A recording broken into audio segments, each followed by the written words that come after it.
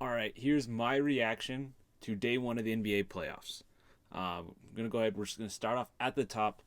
First game of the day, we got the Knicks and the Cavaliers, and the technicals to start. Oh gosh, this game was fun. It was defensive. It was physical, kind of what you thought it was gonna be.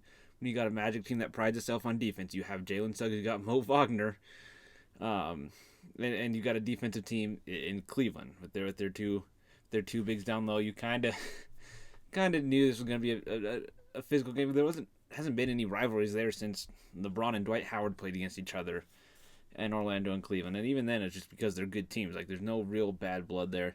But the two technicals was fun. Jalen Suggs was incredible. I think he will be in Darius Garland's nightmares for weeks to come, as he is absolutely incredible. And I think a lot of this Magic team is actually kind of built for the playoffs. Like you have those kind of dudes that are made for the playoffs. Now they're missing that guy, and that's what separated the Cavs from the Magic today. Was Donovan Mitchell is that guy. All right, the 30-point performance. Now you look at Orlando, and they don't have that. Paulo's a little too young. Franz is a little too inconsistent. They're great pieces, not quite it yet. At least right now, they're not it. They're just not, and I love them. I want Orlando to win, but yeah. So but both teams came to play. The defenses were incredible. Cleveland showed up. With the Cleveland fans were incredible in game one. And the key to winning these games is which offense will thrive. It's like both of you are going to be under pressure the full 48 minutes. Which one of you is going to win? Like which one is going to show up, and that'll lead to who wins. And I think that'll probably be Donovan Mitchell in Cleveland. They've had these offensive problems before. They went and addressed them. They added Max Strus, who didn't show up, but I think he can in these couple other games. But yeah, Donovan Mitchell in Cleveland. Congrats on the win there. Phoenix and Minnesota. This one was a tough game for me to predict because it is very hard to go against Kevin Durant, Devin Booker, and Bradley Beal. It is hard.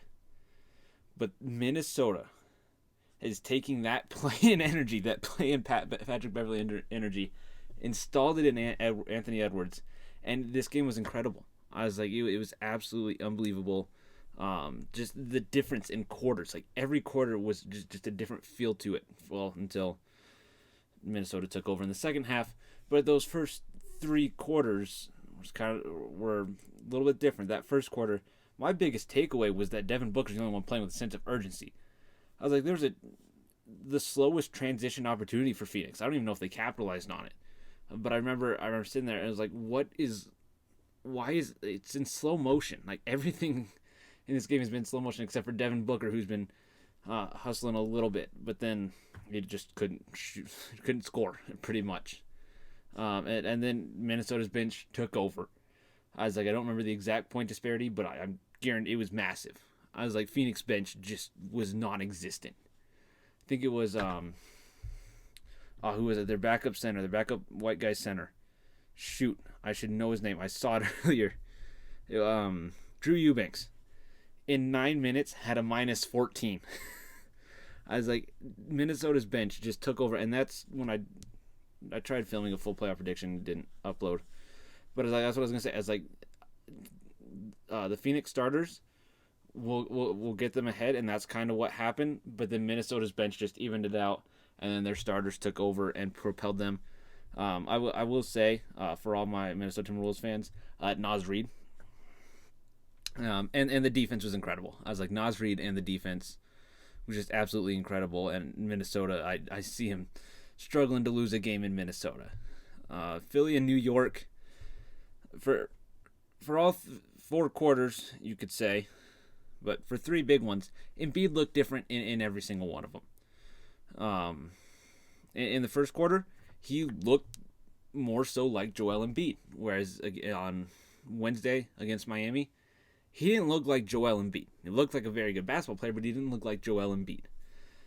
Then the second quarter, he looked like playing Joel Embiid, and yeah, then the dunk happened. So Joel Embiid looked a little different, in the second quarter. And then he came back in the third quarter, So I threw that in there just because he looked different than he did at the end of the second quarter. So, and the overview, the Embiid, it's massive. The injury is massive, and that was the reason why I ended up feeling so confidently about the Knicks winning. Is Joel Embiid can't be Joel Embiid in this series, and it sucks for every basketball fan. It sucks. Like, I am a Boston fan.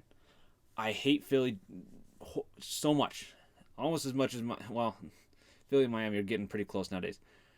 Seeing anybody injured is just horrible. It's good for the Knicks' chances to move on. But Tyrese Maxey still had a 33-point game. All right, and a lot of these others didn't necessarily come to play to the level that I would have thought. But they can't. Like, knowing Embiid is not going to be there, you can play way differently than thinking he's going to be there. It's big. That's obviously the biggest takeaway from Game 1.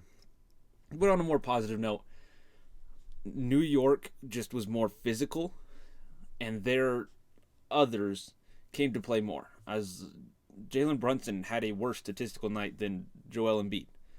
But when you got guys like Josh Hart, who can come in and score 22 points and 13 rebounds, and it's not just Josh Hart, it's everybody on that team, up and down. Mitchell Robinson had a terrific game in limited minutes. All right, like, their others were just so much better than Philadelphia's. Like, Maxey and Embiid, I think statistically were the two best players in the game. You could argue, then like Josh Hart and Jalen Brunson right behind them. But you show the 4 stat lines, you're probably going to lean with Maxey and Embiid over the other two. And yet, here we are after a Knicks win. So, shout out to the Knicks bench. Again, had a massive point disparity there. And just their physicality, the relentlessness, the things we know New York was this year. And then finally, the Lakers and the Nuggets. What was a very good game. I was surprised with how good the Lakers were to start the game. Now, once they started to falter, that didn't surprise me. I even told the person I was watching it with, in middle of the second quarter, I think it was, or maybe it was the end of the first, whatever, that the Nuggets will come back in the end. I was like, and they did. I was like, they came back in the second quarter. But yeah, no, the Lakers, the biggest thing, the first thing I noticed is LeBron. We say it, been said frequently, but LeBron is no longer the most physical and the best athlete on the court. Okay, and I think he's understood that that's going to happen at some point.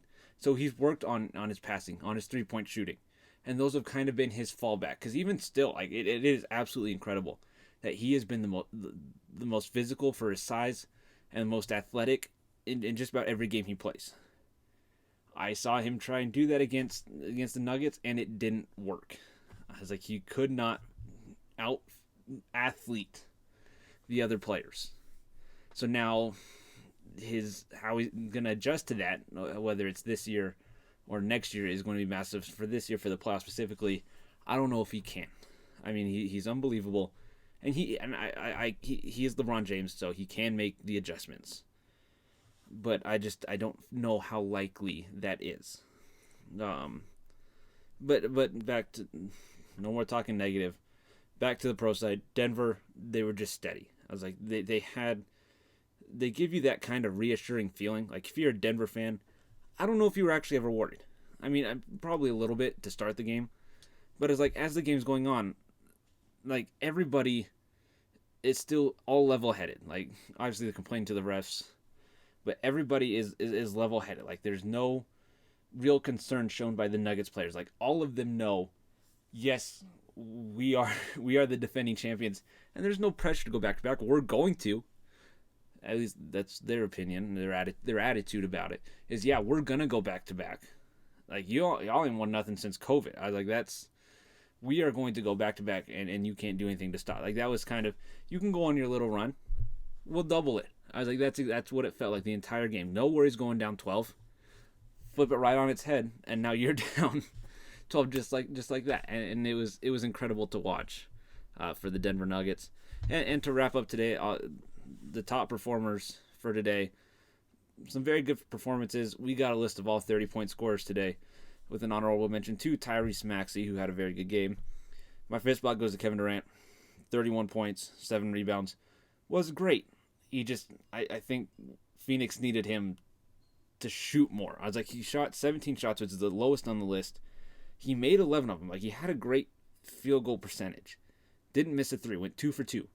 I think they needed him to shoot more, even if you get less, your field goal percentage drops.